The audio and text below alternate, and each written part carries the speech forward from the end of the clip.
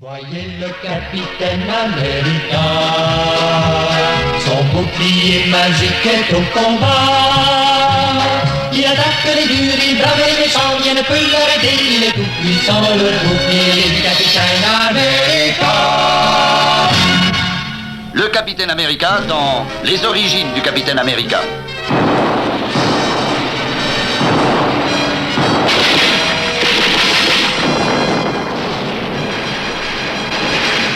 Le monde était alors en guerre. Dans le monde libre, les hommes bons pour le service armé s'engageaient volontairement. Ces jours-là, il y eut à Washington une réunion secrète, car une expérience très étrange devait avoir lieu. Comment va l'opération réincarnation, mon général? Tout est prêt, monsieur le président. Dès que les chimistes seront prêts, l'expérience pourra avoir lieu.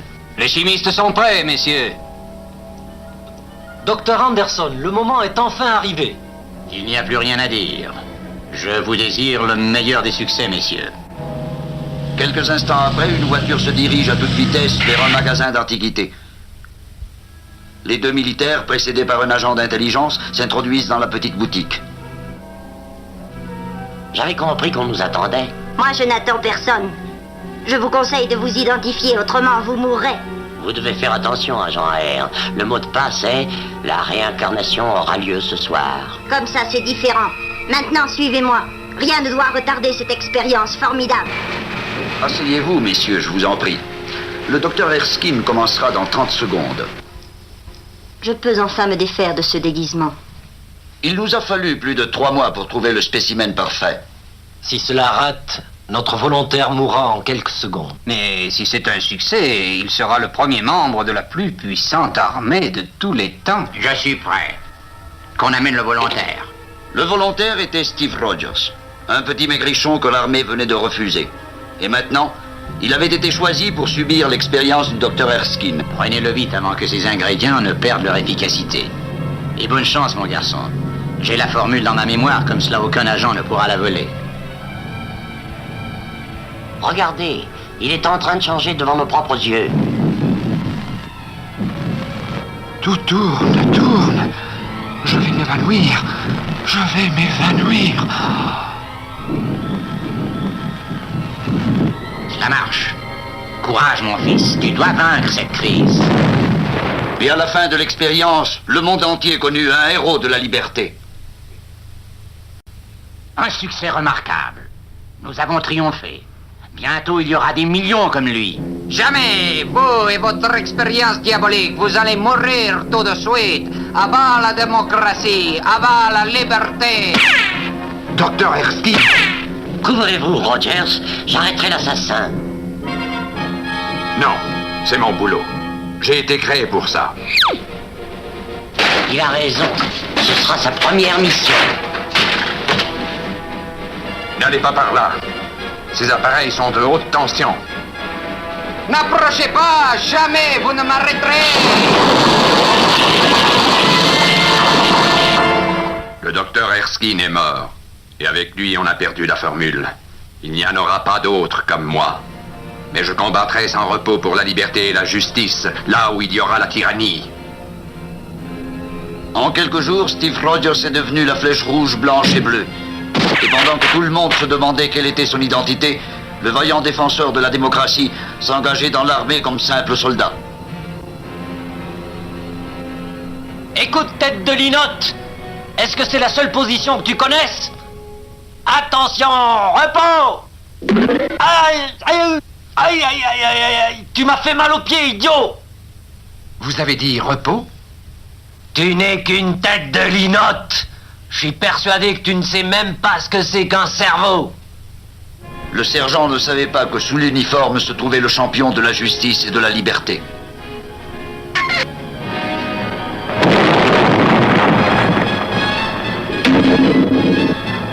Des saboteurs attrapés par le capitaine America. Le capitaine America capture des espions. Le capitaine America évite une explosion. Cependant, dans le camp d'entraînement, Bucky Barnes, mascotte du régiment, parle avec son compagnon Rogers. Formidable. Je crois que ça serait formidable d'avoir quelqu'un comme ça par ici. Rogers n'a pas eu de difficulté jusqu'à maintenant avec sa double personnalité. Mais un soir, Je ne voudrais pas te déranger cette heure-ci, Steve, mais... Mais c'est toi. Toi, tu es le capitaine America? J'ai été surpris. J'aurais dû faire attention à l'entrée de la tente. Et maintenant, que vais-je faire de toi? Mon Dieu, capitaine, il n'y a qu'une seule chose à faire. Comme je connais ton secret, je serai ton compagnon. C'est ce qu'il y a de mieux à faire. Je crois que tu seras un bon compagnon. Je crois que... Touche là, mon vieux compagnon. Après de longs mois d'entraînement, Bucky Barnes va pouvoir enfin mettre l'uniforme pour être le compagnon du capitaine America. Et c'est ainsi que naquit un formidable team de combat. Mais un jour, un sous-marin apparut au large de la côte occidentale du pays. Mes soupçons étaient bien fondés. Voilà le sous-marin de l'ennemi. Tonnerre de Brest. Regardez, là-bas. Et c'est ainsi que le capitaine America et Bucky luttèrent pour la première fois côte à côte. Que faisons-nous, capitaine? Il pullule? Tant mieux, Bucky. Toi, fais comme moi et n'oublie pas mes instructions. Je les arrêterai avec cette mitrailleuse. Bucky! Attention, derrière! Il en a pris un coup dans les jarrets. Ils me payeront cela. Vous auriez dû demander la permission pour débarquer sur nos côtes. Et maintenant, nous allons envoyer un cadeau à ce sous-marin de la part des habitants de ce pays. Aide-moi à pousser le canot pour qu'il aille tout droit où il doit aller. Ça a été une bonne idée de leur rendre leurs explosifs, capitaine. Regardez, droit dans le mille. Tu as raison, Bucky. Je propose que nous retournions sur la plage. Je suis très fier de toi, mon compagnon. Nous serons inséparables tant que le monde libre aura besoin de nous. À cette époque, les agents de l'ennemi se cachaient de différentes façons. Dans quelques instants, nous allons assister à un véritable acte de magie. Je regrette, messieurs, il n'y a plus de place. Il n'y a plus de place. Je demande un grand silence pour que le mystérieux Omar puisse se concentrer. Maintenant, tout est prêt. Omar, tu es mon esclave. Je suis Sando, ton maître. Toi, tu es mon maître, mon maître. Maintenant, je t'ordonne de projeter tes pensées dans cette boule de cristal. Tu as le pouvoir de connaître le futur. Obéis-moi, Omar. Obéis-moi. Soudain, une colonne de tanks apparaît dans la boule de cristal. Et un peu après, le lendemain, dans le fort Lehigh. Je ne comprends pas, Steve. Comment est-ce qu'Omar a su que ce tank allait éclater? Je ne sais pas, mais je vais demander de billets pour ce soir. Est-ce que ça te plaira? Écoutez, vous deux. Le Major Corey a besoin de vous pour ce soir. Il ne sait pas ce que c'est que de vous mettre au volant. C'est comme s'il donnait des armes à l'ennemi. Mais enfin... Et ce même soir... Bonne nuit, messieurs. Mais Major, vous savez, c'est un projet très important de l'armée. Je crois qu'il vaut mieux qu'on soit avec vous. Des bêtises, vous pouvez vous retirer. Et pendant que le Major Corey repose dans son confortable studio, le capitaine America et son ami Bucky se rendent au spectacle du magicien. Nom d'une pipe, Steve, le Major Corey est une cible excellente pour les agents étrangers. Tu as raison, Bucky, mais fais attention à ce numéro. J'ai une idée, Bucky. Très bien, suis-moi. Je dois te faire remarquer, capitaine, que nos places ne sont pas ici, mais dans la salle. C'est pour ça que nous sommes venus par là. Je veux voir de plus près le numéro de Sando et Omar. Regarde, ils sont là. Monsieur Sando, les spectateurs se demandent si vous... Ah non, je ne vous ai concédé aucune entrevue, au plaisir. Cette journaliste est entrée dans la loge. On dirait qu'elle nous a devancés, Steve. Qu'est-ce qu'on fait? Ceci, monsieur Barnes. J'étais sûr que tu allais faire ça, Steve. Allons-y, compagnon. Ah! Cependant, sur la scène... Ah, tu penses à un nouveau pont qui va être inauguré la semaine prochaine. Je l'avais deviné. L'acte est faux. Les pensées d'Omar ne sont qu'un film qui est projeté dans la boule de cristal par son complice. Partons, Bucky. Les capitaines America et Bucky! Je me chargerai d'Omar. Et vous de Sando. Vous interrompez mon numéro. Une seconde, Sando. Je vais dire à tout le monde comment vous faites votre numéro. Ceci, vous le paierez de vos vies. La fille a crié. Elle doit courir un grave danger. Attention, c'est un piège, capitaine. Avancez, capitaine. Nous savions que vous viendriez lorsque la jeune fille crierait. Ils m'ont dit que si je me rendais pas, ils allaient tuer la fille. Cela suffit, mademoiselle. Ne bougez pas. Nous n'aimons pas les femmes journalistes.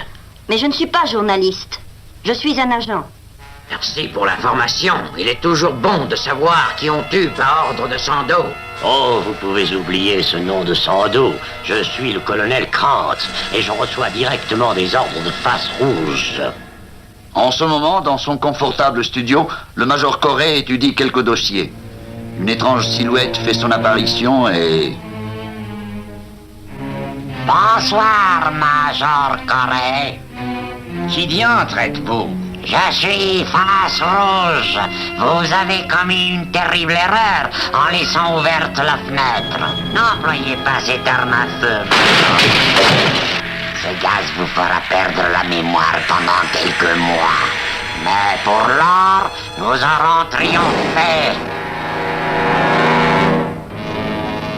Mais voyons ce qui se passe au théâtre. Je vous l'ai dit, vous allez payer très cher ceci. Donnez l'ordre, colonel, et le capitaine America mourra. C'est ce que vous croyez. Mais vous vous faites des illusions. Du beau travail, mon ami. Voilà le seul langage qu'ils comprennent. Les coups. Tirez toujours, ils n'ont pas d'armes. On peut les vaincre. Vous avez raison, colonel Krantz. Moi, je me chargerai de la fille. Capitaine, attention! Ils vont tirer avec leurs mitraillettes!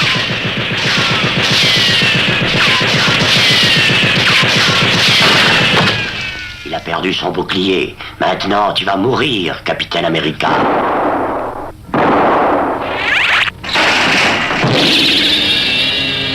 On a eu de la chance, n'est-ce pas, capitaine?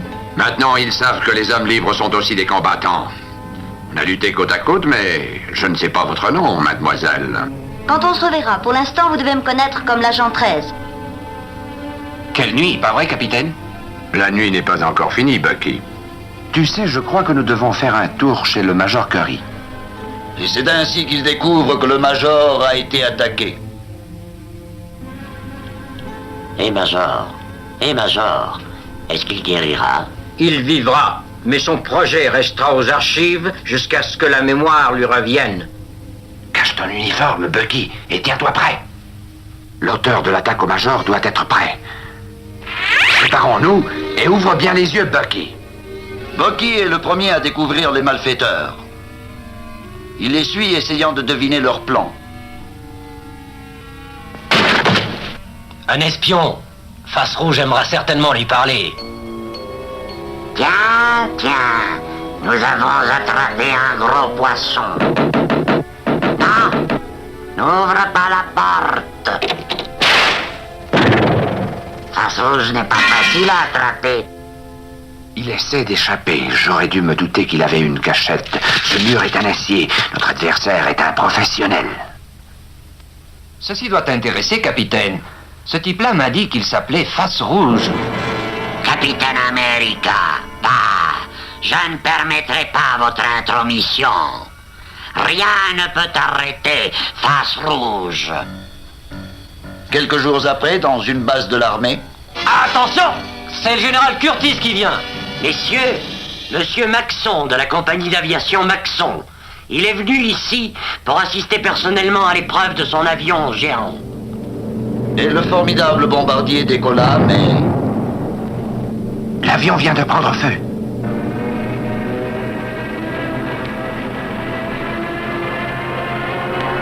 Il va tomber.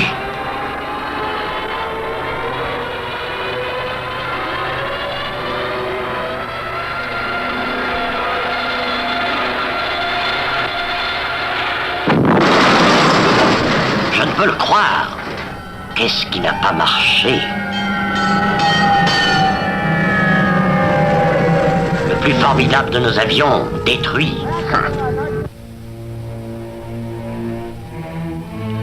Et cette nuit, au camp, Qu'est-ce que tu penses de l'accident, Steve? Je ne sais pas, mais j'ai bien vu le visage de M. Maxon, comme s'il s'attendait à l'accident. Je crois que le capitaine America va aller rendre visite au général Curtis. Mais chez le général Curtis, On est venu trop tard. Il est blessé. Face rouge. Il menace la gouvernante du général Curtis. C'est encore toi, avec ce déguisement ridicule. C'est bien la dernière fois que tu vas fourrer ton nez dans les affaires de Face Rouge. Moi, à votre place, je n'aurais pas parlé. Maintenant, vous allez me dire ce que vous avez fait du véritable Maxon. Tu ne devines pas, insensé? Lui, il était dans l'avion. Mes hommes l'ont bien trompé. Et lorsque le général a eu des soupçons, vous avez essayé de le supprimer. Moi, je m'en vais. Attention, Bucky. Que disais-tu, capitaine? Ah, grâce à ses amis, Face Rouge a réussi à s'échapper. Il a laissé tomber quelque chose. Et maintenant, je sais quelles sont les 2 prochaines victimes de Face Rouge. Bon, je crois que c'est tout. Ah, on a attrapé l'imposteur qui se faisait passer pour Maxon. Mais pas la moindre trace de Face Rouge. Rogers, est-ce que vous ne savez pas faire autre chose que bavarder? Il faut éplucher les pommes de terre. Oui, sergent. Et taisez-vous lorsque je parle. Vous deux, vous n'êtes que de grands fainéants de... Oh!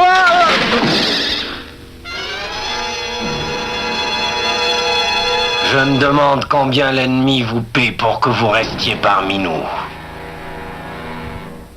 Voyez le capitaine America, son bouclier magique est au combat. Il attaque les durs, il brave les méchants, rien ne peut l'arrêter, il est tout puissant, le bouclier du capitaine America.